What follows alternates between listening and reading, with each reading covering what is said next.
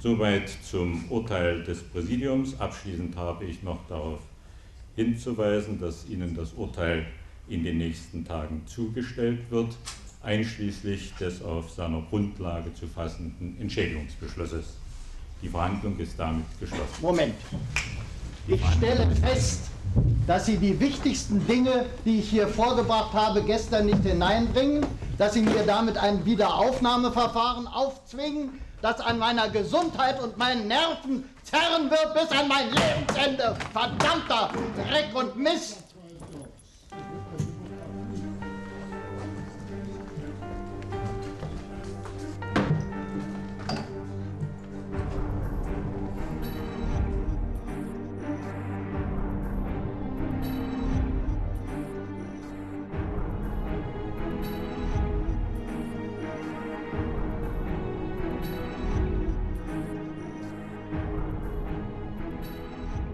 In einem politischen Schauprozess hatte das oberste Gericht der DDR Wolfgang Harich zu 10 Jahren Haft verurteilt. Die Begründung lautete damals im Jahr 1957 Umsturzpläne und Boykotthetze gegen die DDR. 1990, 33 Jahre später, wird dieses Urteil vom selben Gericht für ungültig erklärt. Es kommt zum Wutausbruch, weil Wolfgang Harichs einstiges politisches Anliegen nicht in den Mittelpunkt der Kassation gestellt wird. Rudi Beckert nahm als Richter an der Verhandlung teil. Er hat geglaubt, dass er jetzt alles, die gesamte Geschichte seines Prozesses, möglichst noch sein Leben und seine Erfahrungen, die er mit den Partei- und Sicherheitsorganen hatte, nochmal aufrollen könnte. Und wir mussten ihn belehren, dass das nicht geht, weil das Verfahren selber eine Überprüfung der vorhandenen Akten beinhaltet. Nicht mehr und auch nicht weniger. Das Kassationsgericht verliert auch kein Wort darüber, dass der sogenannte Harich-Janka-Prozess von der SED-Führung und der Staatssicherheit im Detail geplant ist. Im Protokoll der Staatssicherheit vom 6. März 1957 wird der Ablauf des Prozesses festgelegt. Generalleutnant Mielke gibt einen Überblick über den Stand der Vorbereitungen des Prozesses Harich. Die Zuschauer im Gerichtssaal sind ausgewählte Personen des kulturellen Lebens, unter anderem der Schriftsteller Willy Bredel. Die westliche Presse wird nicht zugelassen. Selbst das Strafmaß für die Angeklagten steht im Vorhinein fest.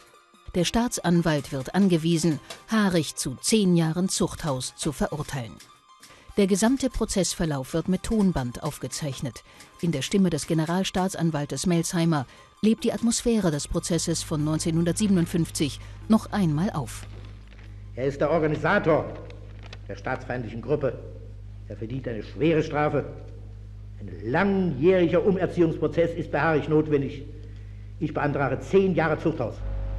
Gegen Janka, diesen Kommunisten, der seine Partei verraten hat, der die Seele des Ganzen war, ein Lügner ist, der die größte Verantwortung hat als Verlagsleiter. 5 Jahre Zuchthaus. Ernst Melsheimer war einer der wenigen Beamten aus der NS-Zeit, die im DDR-Justizsystem als Anklagevertreter weiter arbeiten durften. Er erfüllte besonders eifrig die Vorgaben der politischen Führung der DDR. Melsheimer war 1949 als erster Generalstaatsanwalt der DDR von der Volkskammer gewählt worden. Er war der Chefankläger. Er wählte, natürlich nach Rücksprache mit der Parteiführung, die geeigneten Verfahren aus, die dann vor dem obersten Gericht stattfinden sollten. Er bestimmte sozusagen die Anklagepolitik. Das war seine eigentliche Aufgabe, die er mit Vehemenz verfolgte, mit einem großen Eifer auch. Im Schauprozess um Walter Janka, Wolfgang Harich und Gustav Just wird dieses Zusammenspiel von politischer Einflussnahme und Urteilsfindung noch einmal deutlich. In den Akten der Stasi-Unterlagenbehörde sind die Fakten dazu dokumentiert. Doch der Prozess von 1957 steht ganz am Ende einer langen Geschichte der politischen Schauprozesse in den kommunistischen Staaten. Zur Perfektion hat diese Methode Josef Stalin in den Moskauer Schauprozessen von 1936 bis 1938 gebracht. Ziel war die Festigung seiner uneingeschränkten Macht. Die Prozesse sind bis ins kleinste Detail inszeniert. Sie folgen einem vorgegebenen Muster. Der Schauprozess ist die höchste Demonstration der Macht eines Regimes in Diktaturen. Und das trifft natürlich auf die Sowjetunion der 30er Jahre auf besondere Weise zu. Der Schauprozess ist eigentlich das, was man als Gegenteil sehen kann dessen, was in der Rechtstradition in dubio pro reo gilt. Das heißt im Zweifel für den Angeklagten. Denn in den Schauprozessen steht von vornherein das Ergebnis eigentlich fest. Die Spannung in den Schauprozessen liegt jedoch darin, dass die Angeklagten, die da stehen, als Überraschung quasi fungieren. Das heißt, dass in den Schauprozessen auf einmal Personen auftreten, altgediente Bolschewiki, enge Weggefährten Lenins, die auf einmal mit Verrat an der Sache als Terroristen vor Gericht stehen und sogar am Ende gestehen und ihre Taten bereuen. Stalin lässt neben Lenins Weggefährten Zinovjew und Bucharin Leo Trotzki ins Zentrum der Verschwörung stellen. Er ist zwar ins Ausland emigriert, aber als einstiger Führer der Roten Armee stand er in Kontakt mit tausenden Menschen. So gut wie jeden Bürger der UdSSR kann man so als Verräter anklagen. Man muss ihm eine Verbindung mit Trotzki nachweisen, und seien es nur dessen Gedanken. Im ersten Schauprozess gibt es eben auch die Formulierung tatsächlich, dass Trotzki derjenige ist, der dieses Orchester von diesen Attentätern tatsächlich dirigiert. Da wird diese Metapher auch benutzt. Und er ist einfach die Hauptfigur dann insofern, als dass er sozusagen aus dem Ausland versucht, Attentate im Inland zu steuern. Eine zentrale Rolle in den sowjetischen Schauprozessen spielt der Hauptankläger Andrei Wyszynski. Als Generalstaatsanwalt der Sowjetunion macht er sich durch eine unerbittliche Prozessführung bei Stalin beliebt. Also Wyszynski ist natürlich für diese Schauprozesse die Hauptfigur. Er ist ein durchaus gebildeter Technokrat des Terrors. Die Reden von Wyszynski in diesen Schauprozessen, die sind veröffentlicht worden, die sind gedruckt worden. Das waren Handbücher für die juristische Ausbildung in der Sowjetunion, wie man das zu machen hat. Wyszynski, der Kettenhund von Stalin, beschimpfte die Angeklagten in wüstester Weise. Und wir lasen die Zeitungen mit Abscheu, denn wir verstanden, dass das alles Inszenierungen waren, von Stalin veranstaltet, dem Massenmörder. Damit die Inszenierung der Prozesse funktioniert, werden entsprechende Geständnisse der Angeklagten benötigt. Diese werden oftmals mit grausamster Folter erpresst. Die Geschichten, die mit den Geständnissen zu tun haben, die sind alle spektakulär. Also man kann eigentlich fast bei jeder Person, die dort zwischen 1936 und 1938 vor Gericht stand, so etwas finden. Es gibt immer so eine Entwicklung, dass die Personen am Anfang vielleicht nicht so auskunftswillig sind und dann auf einmal völlig spektakuläre Dinge schildern, dass sie Leute im Gefängnis kennengelernt haben oder in der Verbannung kennengelernt haben, die gemeinsam jetzt Dynamit besorgt haben und versucht haben, im Kreml eine Bombe zu pflanzen, dass man sich Zutritt in den Kreml verschafft hat, um dort Stalin mit der Pistole zu erschießen, aber eben auch andere hochrangige Politiker der Zeit. Um diese absurden Geständnisse zu bekommen, wird 1937 in einem Dokument der Parteiführung Folter offiziell gestattet. Stalin begründet den Einsatz von physischer Gewalt mit Hinweis auf die Unterdrückung des Proletariats und stellt die Frage: Wenn die Bourgeoisie physische Gewalt erlaubt, warum soll dann die sozialistische Gesellschaft humaner sein? Zitat: Die Partei ist der Ansicht, dass die Methode der physischen Einwirkung auch weiterhin unbedingt gegenüber offenen und sich nicht ergebenden Feinden des Volkes als vollkommen richtige und zweckmäßige Methode ausnahmsweise angewendet werden sollte. Aber ein mindestens genauso wichtiges Element ist das Element sozusagen der Geiselhaft der Verwandten. Also dass man damit droht, dass die Verwandten mit Strafe zu befürchten haben. Gleichzeitig ist 1935 die Straffähigkeit herabgesetzt worden auf 12 Jahre. Das heißt, auch da war sozusagen ein Druckelement schon da, dass diese Angeklagten wussten, dass sogar ihre Kinder im Zweifelsfall angeklagt und auch verurteilt werden. Man bringt sie sozusagen zu Geständnissen, weil man sie in der Hoffnung lässt, dass die Verwandten wenigstens freikommen könnten. Mit ihren Geständnissen sollen die Angeklagten öffentliche Reue zeigen und sich für ihren Verrat entschuldigen. Dieses Spektakel geschieht vor tausenden Zuschauern. in überfüllten Theatern und Kulturhäusern. Ein Klima von Angst und Schrecken verbreitet sich im ganzen Land. Was die Prozesse bewirkten, war das, was jedes Terrorregime an und für sich festhält, nämlich Angst. Jeder hatte Angst. Und ich muss Ihnen sagen, ich erinnere mich an die vielen Verhaftungen damals. Die Schauprozesse sind eine öffentliche Inszenierung, wie man die Welt zu deuten hat, in den Jahren 36 bis 38. Und gleichzeitig findet der große Terror statt, der Millionen Menschen betrifft, in der ganzen Sowjetunion. Sah ich, dass die Menschen an diese Prozesse glaubten. Wir verstanden natürlich als Europäer, dass das alles gelogen war. Es war Lug und Trug. Und ein Lug und Trug, der bis heute Russland beherrscht, leider Gottes. Millionen Menschen werden erschossen oder in Arbeitslager verschickt. Stalin hat sich mit diesem Gewaltsystem die alleinige Macht gesichert. Dieser große Terror macht auch vor den eigenen Genossen nicht Halt. Unterbrochen werden die stalinschen Säuberungen durch den Zweiten Weltkrieg. Nach dem Sieg über Hitlerdeutschland dehnt die Sowjetunion ihren Einflussbereich weit nach Westen aus. In der sowjetischen Besatzungszone im Osten Deutschlands, der späteren DDR und den anderen Ländern wird das sowjetische Staatsmodell errichtet. Ein Mittel dafür sind nicht zuletzt die erprobten stalinschen Schauprozesse. Da kann man das sehen, dass dieser Schauprozess, der in der Sowjetunion stattgefunden hat, auf Reise geht. In diesen Satellitenstaaten, in diesen neu besetzten Ländern wurde jetzt die Ausbildung anhand solcher Prozesse beschleunigt. Man setzte einen riesen Erziehungsapparat damit in Gang, wie man die Realität zu deuten hätte.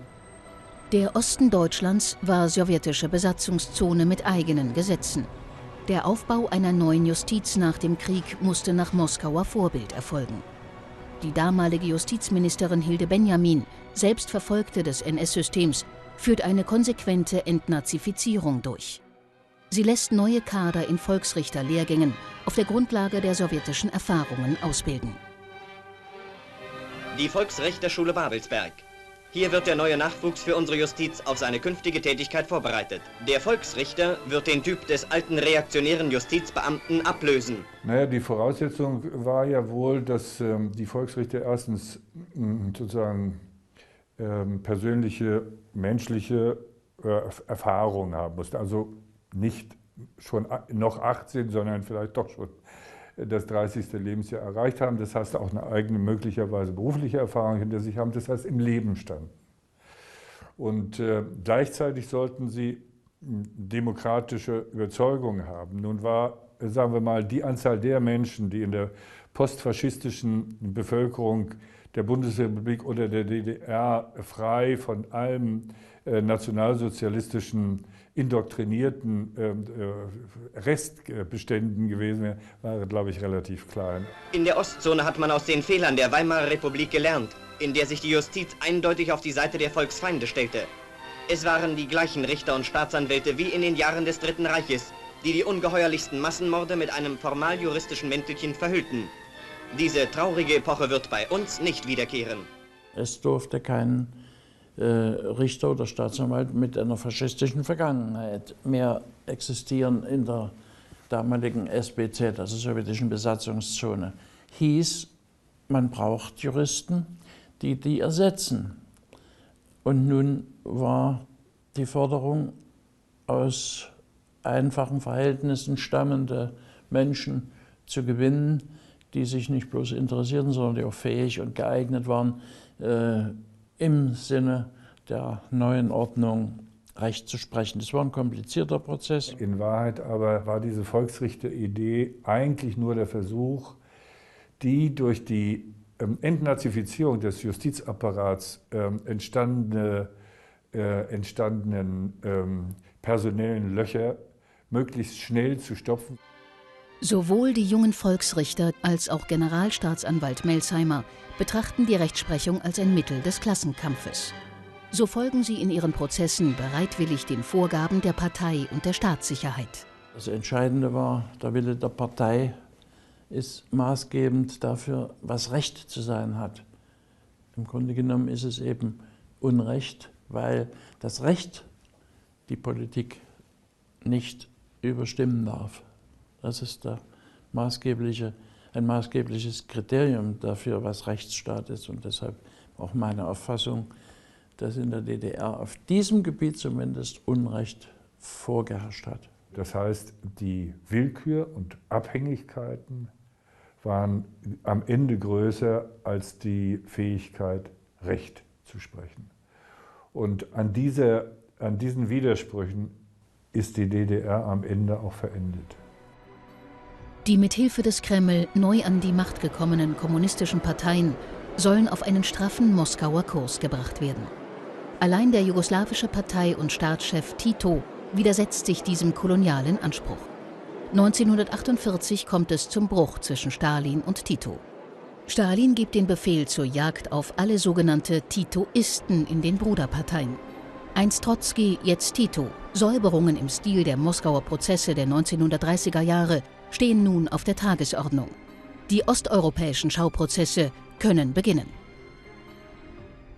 Die Elemente, die in den Schauprozessen, in den großen Moskauer Schauprozessen endgültig etabliert waren, die kommen in diesen Prozessen auch immer vor. Es geht immer um Spionage, es geht immer um irgendwelche Verbindungen ins Ausland.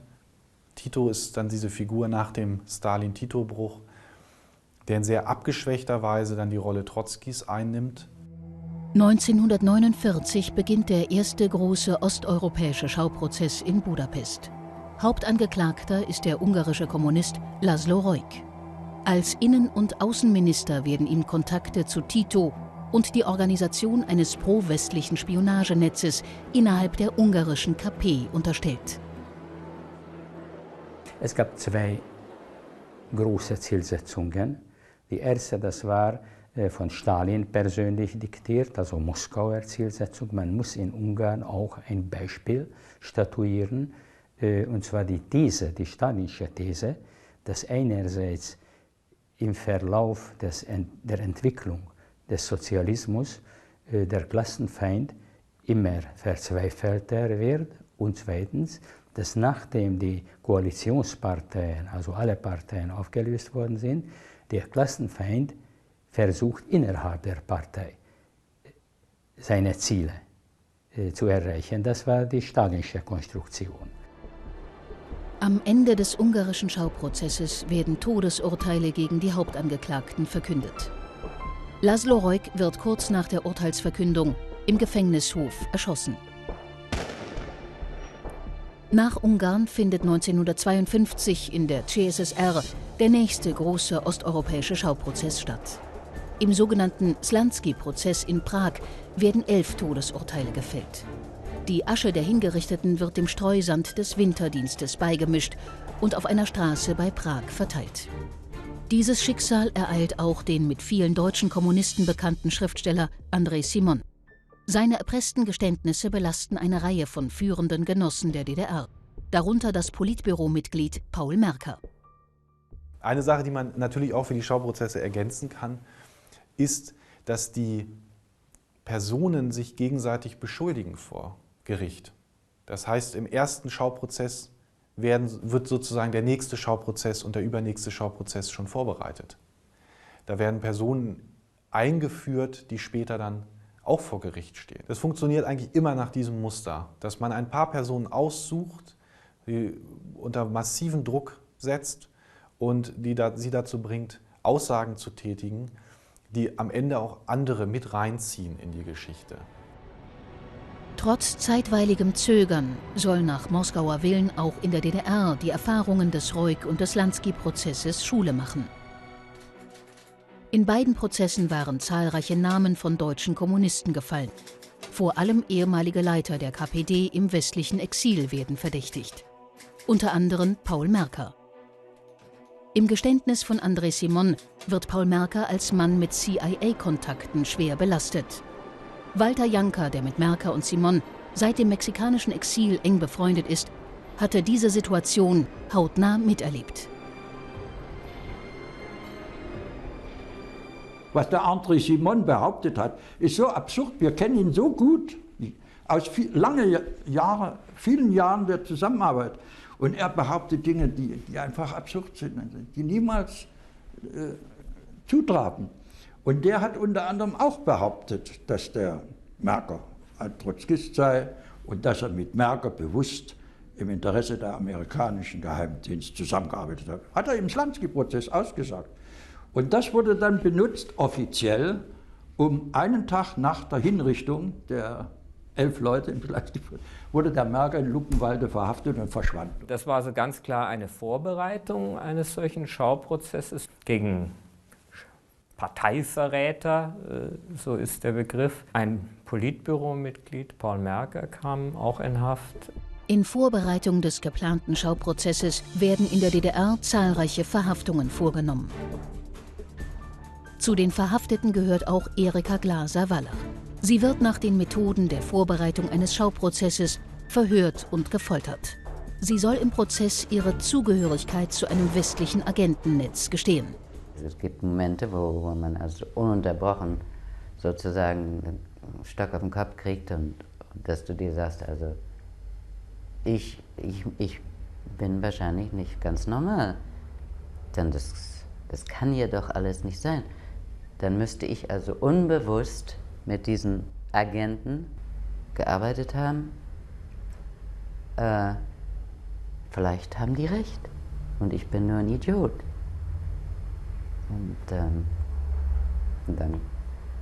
man wird total verwirrt, besonders wenn man nicht geschlafen hat. Und das war ja eines der Dinge, die sie mit größter Brutalität machten, also Schlafrauben. Und dann ist ihr auch sowieso schon alles egal, dann kann man auch alles sagen.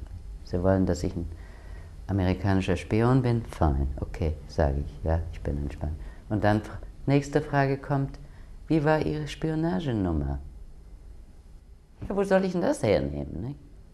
Und unter welchem Namen? Und da habe ich mir gedacht, das ist alles nur pro forma, wir spielen hier so ein Spiel. Die wissen ganz genau, dass ich nicht. Aber wenn Ihnen das so wichtig ist, bitte sehr nicht, dann müssen Sie mir aber auch die Details geben. Ich kann es doch nicht. Und da habe ich immer so versucht zu sagen, ja, oh, Sie wissen doch, was weiß ich nicht. Fangen Sie bloß nicht wieder so an, ne? Und dann habe ich dann eben doch widerrufen. Während Erika Glaser-Wallach weiterhin in Haft bleibt, wertet die DDR-Presse den Slansky-Prozess aus. Man habe Tito-Banden und Agentenzentralen entlarvt, heißt es im SED-Blatt Neues Deutschland. Ein DDR-Schauprozess nach dem Muster von Budapest und Prag scheint nur noch eine Frage der Zeit zu sein. Die sowjetischen Prozessinstrukteure sind schon auf dem Weg nach Ost-Berlin. In der sowjetischen Botschaft erwartet man die Gruppe. Diese Tatsache versetzt die DDR-Spitzenfunktionäre um Wilhelm Pieck und Walter Ulbricht in höchste Alarmbereitschaft. Sollen jetzt Mitglieder des SED-Politbüros vor einen Schauprozess gezerrt werden? Und da sei Folgendes passiert. Pieck hätte das Politbüro zusammengerufen, hätte gesagt, das können wir nicht zulassen. Wir müssen in Moskau anrufen. Und der Herr habe dann Stalin angerufen, habe gesagt, wer dabei sei und dass sie der Meinung seien, dass in der DDR andere Bedingungen herrschen. Die DDR sei erst vor kurzem gegründet worden, noch nicht stabil genug. Außerdem seien offene Grenzen zur Bundesrepublik vorhanden und es wäre eine ganz schädliche Sache, wenn man so etwas zulassen würde. Wir können diese Gruppe, die da aus Prag anreist, nicht reinlassen. Und wir bitten um seine Zustimmung, also Stalin wird gebeten und Stalin habe geantwortet, ja, ihr habt völlig recht, ihr habt meine Zustimmung, bei euch muss man wie ein Juwelier an alles herangehen, muss man vorsichtig sein, ich rufe die zurück. Und so sei verhindert worden, dass der Prozess nach dem Muster Slansky hier gegen Merker stattfindet. Die Personen, die im Zuge dieser Vorbereitung in Haft geraten sind, sind dann in der Regel in Geheimprozessen, manchmal sogar vor sowjetischen Militärtribunalen abgeurteilt worden. Ein solches Schicksal trifft Erika Glaser-Wallach. Sie wird dem sowjetischen Militärtribunal in Berlin-Karlshorst überstellt. Dort verliest man ihr das Urteil. Und da wurde mir also ganz anständig erklärt, bitte unterschreiben Sie, hier ist der Haftbefehl. 2,5 Jahre nach meiner wirklichen Verhaftung. Habe ich mich noch darüber aufgeregt, er sagte, no, und so what, nicht? Also, jetzt sind Sie verhaftet, jetzt sind Sie da. Vorher existierten Sie nicht. Und dann ging das sehr schnell. Das stand alles schon vornherein fest, das wussten wir nicht. Todesstrafe, ne? Durch Erschießen. Na, habe ich mir noch gedacht, Schießen, das ist nicht so schlecht. Die anderen armen Schlucker sind gehängt worden. Ne? Das hätte mir nicht sehr gefallen. Aber, naja, wenigstens erschießen. Stalins Tod im März 1953 verändert die Situation schlagartig. Viele Todesurteile werden in Moskau revidiert. Das Urteil von Erika Glaser-Wallach wird in 20 Jahre Lagerhaft umgewandelt. Und ich werde nie vergessen, als Stalin krepiert ist, dieser Massenmörder, da strömten Zehntausende zu seinem Sarg, der aufgebahrt war, mit Tränen in den Augen. Wir, meine Frau und ich, wir haben uns gefreut, dass er krepiert ist.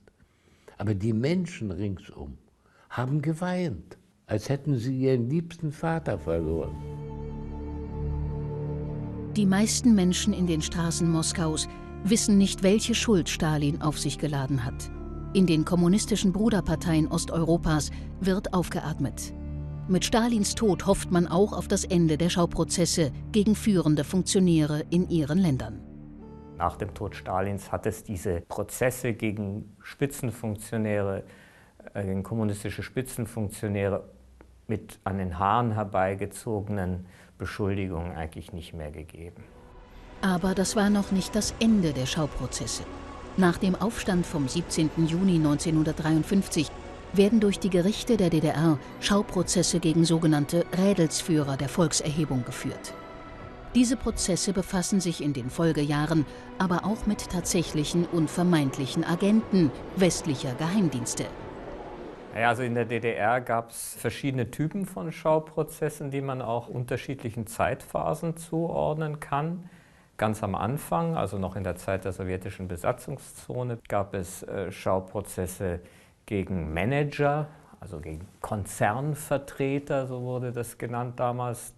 Die haben so ein bisschen die Funktion, die alten industriellen Eliten auch auszuschalten. Dann kam so ab etwa 52 bis 55, das war die Hochzeit, Schauprozesse gegen sogenannte Agenten. Viele hunderte Spione und andere verbrecherische Agenten mussten ihre Handlungen vor dem deutschen Volk verantworten. Vor dem Richtertisch Sprengstoffe, Brandsätze, Gifte und Säuren aus der berüchtigten Abteilung 2b der sogenannten KGU. Die Giftküche der sogenannten KGU in West-Berlin, Kurfürstendamm 106. Solche Pakete wurden hier ausgeliefert, um in unseren volkseigenen Betrieben Brände zu verursachen. Auf der Anklagebank Agenten und Terroristen. Das waren zum Teil wirklich echte Agenten, also Mitarbeiter oder inoffizielle Mitarbeiter, V-Leute westlicher Nachrichtendienste. Oder es waren Kontaktleute von westlichen antikommunistischen Organisationen wie die Kampfgruppe gegen Unmenschlichkeit oder der Untersuchungsausschuss freiheitlicher Juristen oder auch der Rundfunksender RIAS. Im Februar 1956 wird die Weltöffentlichkeit durch den sowjetischen Staats- und Parteichef Nikita Chruschtschow überrascht. Auf dem 20. Parteitag der Kommunistischen Partei der Sowjetunion rechnet er in einer geheimen Rede mit den Verbrechen Stalins ab. Der Nachklang dieser Rede hallt wie ein Donnerschlag durch den Ostblock. Diese Rede von Chruschtschow seinerzeit auf dem Parteitag war natürlich eine Befreiung. Selbstverständlich. Ich dachte, endlich ein Wort der Wahrheit in einem Reich der Lüge. Dass Chruschtschow selber sehr viel Dreck am Stecken hatte, das wusste man natürlich. Aber jedenfalls damals war das natürlich eine Befreiung, denn es war ein Lichtstrahl im dunklen Reich der Finsternis. In dem die Verbrechen der Stalinzeit deutlich gemacht wurden. Für viele ein Erschrecken und für viele überzeugte Kommunisten ein großes Erschrecken und eine Zerstörung ihrer eigenen Überzeugung und Welt. Das hatten sie nicht gewusst. Die Geheimrede von Nikita Chruschtschow über Stalins Verbrechen ist zwar ein Schock für überzeugte Kommunisten, Aber sie verleiht gleichzeitig der Diskussion unter den Intellektuellen der DDR im eigenen Land neue Impulse.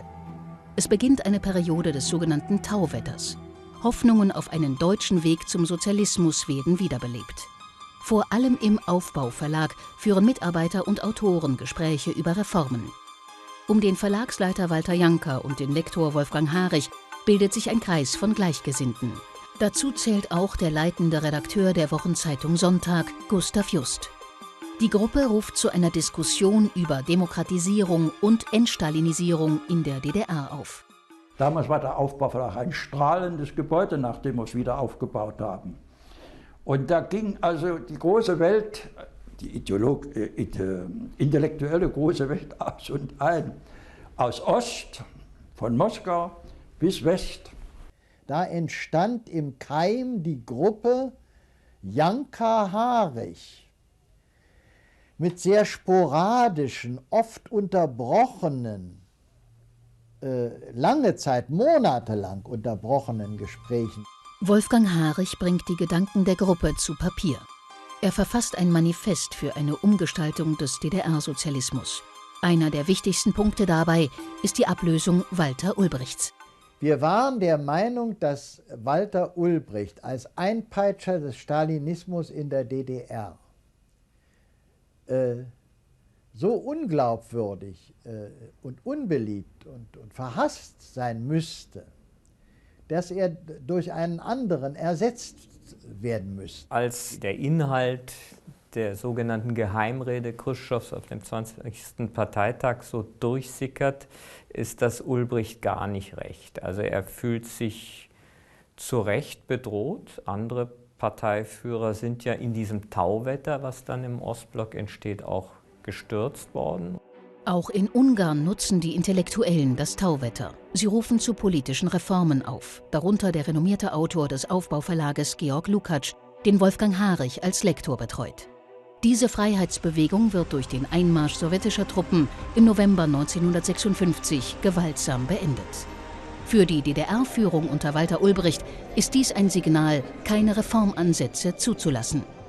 Als dann diese ungarischen Ereignisse passiert waren, ist er gewillt, diese intellektuellen Spielräume, die ja auch in der DDR entstanden sind, wieder drastisch einzuschränken und die Intellektuellen, die aus seiner Sicht schon auch selbst in der DDR aus dem Ruder gelaufen waren, einzuschüchtern. Der Ulbricht brauchte 1956 nach dem 20. Parteitag, nach dem Zusammenbruch in Polen, Ungarn, eine deutsche konterrevolutionäre Verschwörung. Die brauchte er, um mit Hilfe der alten, bewährten Methode politischer Prozesse die in Gang gekommene kritische Auseinandersetzung mit der Intelligenz durch Strafprozesse zu verurteilen. Das ist also in Kurzfassung eine Schilderung der Situation. In den Aktenbeständen der Staatssicherheit befindet sich das Notizbuch Wolfgang Harichs von 1956. Das Namensverzeichnis liest sich wie ein Who is Who der Berliner Kulturlandschaft. Johannes R. Becher, Bertolt Brecht, Anna Seghers. Für Mittwoch, den 7. November, findet sich ein Eintrag in kyrillischen Buchstaben. Er heißt Ulbricht. An diesem Tag ist er zu einem persönlichen Gespräch geladen. Da ging ich dann hin und dann gab er seine Einschätzung der ungarischen Ereignisse und sagte, wenn sich bei uns so etwas herausbildet, wie dort im Petöfi-Club, dann werden wir das hier im Keim ersticken. Ja. Und dann stand er auf, schüttelte mir die Hand und sagte mit festem Blick in meine Augen, nicht wahr? Ich wünsche Ihnen alles Gute. Damit war ich entlassen. Nur kurze Zeit später werden Wolfgang Harich, damals 32, und Walter Janker, damals 42 Jahre alt, nacheinander verhaftet. Ihnen wird die Bildung einer konterrevolutionären Gruppe vorgeworfen. Im März 1957 beginnt der letzte große politische Schauprozess der DDR gegen die eigenen Genossen. Die politische Zweckbestimmung des Prozesses ist die Beendigung jeder Kritik an der Politik der SED. Kritische Stimmen in der Partei sollen nachdrücklich eingeschüchtert und abgeschreckt werden. Walter Ulbricht kann sich nunmehr auf die herangebildeten Kader im Justizapparat verlassen. Das Drehbuch wird nach bewährtem Muster der osteuropäischen Schauprozesse geschrieben. Generalstaatsanwalt Melsheimer überlässt nichts dem Zufall. Zitat: Ich nehme an, dass wie in früheren Fällen auch dieses Mal eine Abschlussbesprechung mit dem Genossen Mielke in deiner Abteilung stattfinden wird. Mit sozialistischem Gruß, Generalstaatsanwalt Melsheimer. Ich komme zu den Strafanträgen. Harich, er ist der Organisator der staatsfeindlichen Gruppe. Er kennt den Marxismus, Leninismus in- und auswendig. Er kann ihn nachts im Schlaf beten sozusagen, aber verstanden hat er nicht. Er verdient eine schwere Strafe. Ein langjähriger Umerziehungsprozess ist bei Harich notwendig. Ich beantrage 10 Jahre Zuchthaus. Gegen Janka, diesen Kommunisten, der seine Partei verraten hat, der die Seele des Ganzen war, ein Lügner ist, der die größte Verantwortung hat als Verlagsleiter. 5 Jahre Zuchthaus. Angeklagt werden Persönlichkeiten mit einem hohen Bekanntheitsgrad. Diese Auswahl ist besonders wichtig für die Wirkung des Prozesses als gesellschaftliche Erziehungsmaßnahme. Mit den verhafteten Personen aus dem Aufbauverlag erfüllt man das vorgegebene Muster. Wolfgang Harich ist Chefredakteur der Deutschen Zeitschrift für Philosophie und Lektor von Ernst Bloch und Georg Lukács. Walter Janka ist Leiter des Aufbauverlages mit vielen Kontakten zu renommierten Schriftstellern. Gustav Just ist Verantwortlicher der Wochenzeitung Sonntag. Die Ehefrau von Gustav Just hat die Willkür der Verhaftung ihres Mannes noch nach 50 Jahren genau vor Augen. Ich komme nicht davon los, von dem Gedanken, den mein Mann zum Beispiel hatte, als er an diesem 8. März 1957 von uns wegging, Abschied nahm. Zeuge. Als Zeuge geladen war.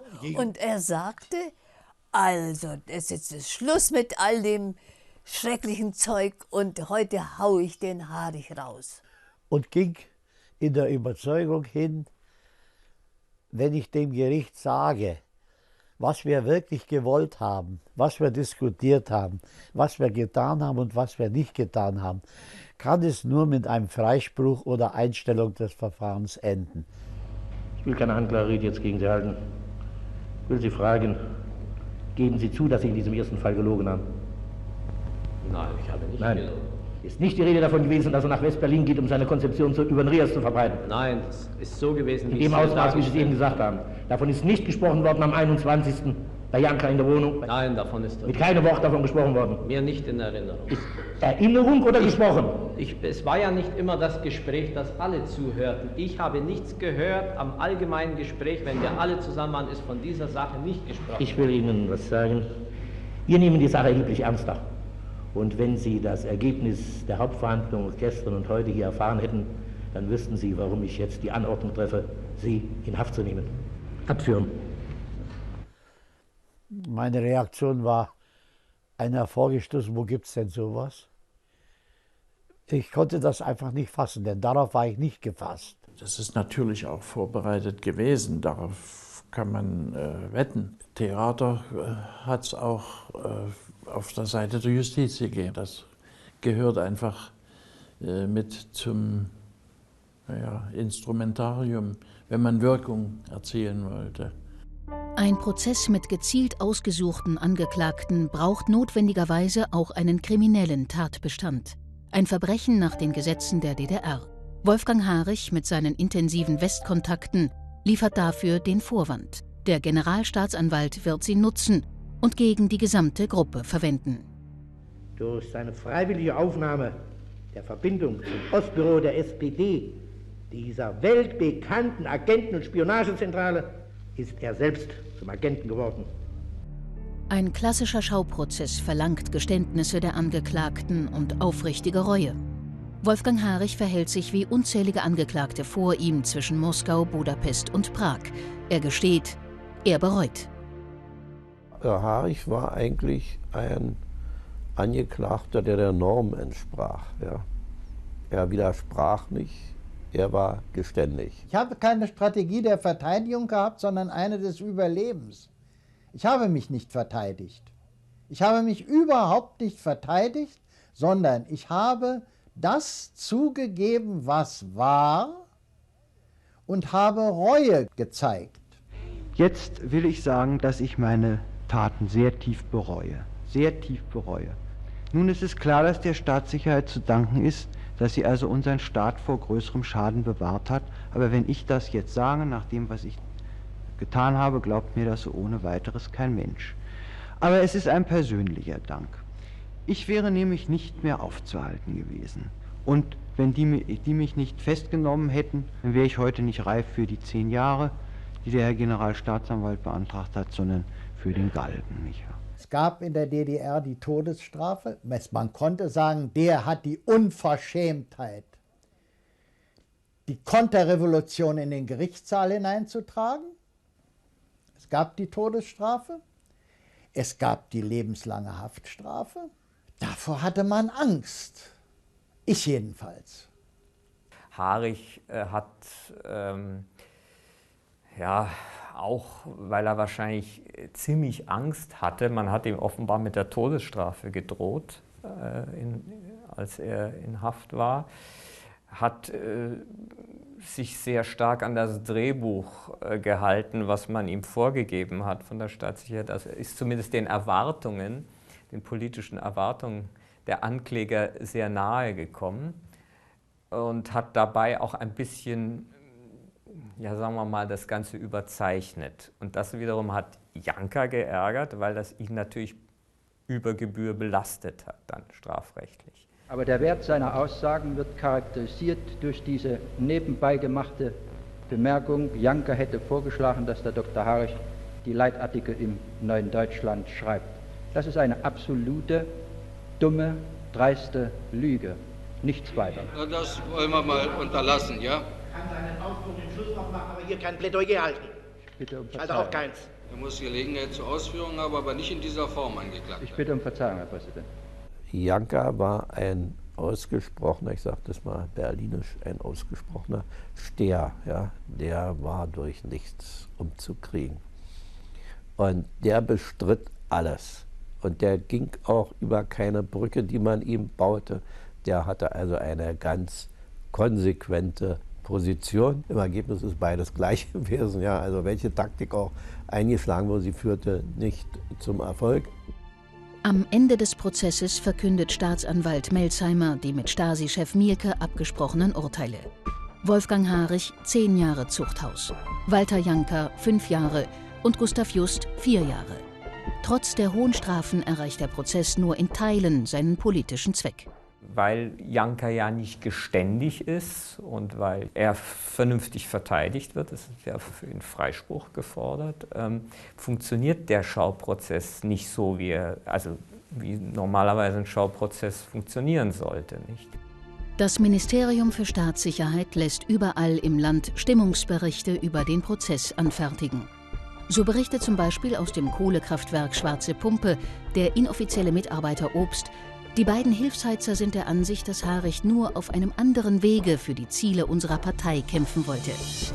Aus der Akademie der Künste wird übermittelt, dass der Bildhauer Professor Kremer der Meinung ist, die ganze Angelegenheit Haarig sei nur eine Unterstellung, um gegen die Intellektuellen vorgehen zu können. Ein Technologe aus dem Fischkombinat Rostock wird noch deutlicher. Es ist ja lächerlich, Professor Haarig als Agenten hinzustellen. Aber bald wird in der DDR ein Stein ins Rollen kommen. Und dann ist es mit diesem System endgültig aus. Danach werden die Urteile nur noch in nicht öffentlichen Prozessen gefällt. Mit der Entlassung von Wolfgang Haarig, Walter Janka und deren Mitangeklagten in den 60er Jahren endet diese Phase der DDR-Justizgeschichte. Die Wolfgang Haarig und Walter Janka im Schauprozess zugewiesenen Rollen, sich gegenseitig des Verrats zu bezichtigen, haben sie tragischerweise auch nach der Wende 1989 fortgeführt. Bis zu ihrem Tod haben sie kein Wort mehr miteinander gesprochen.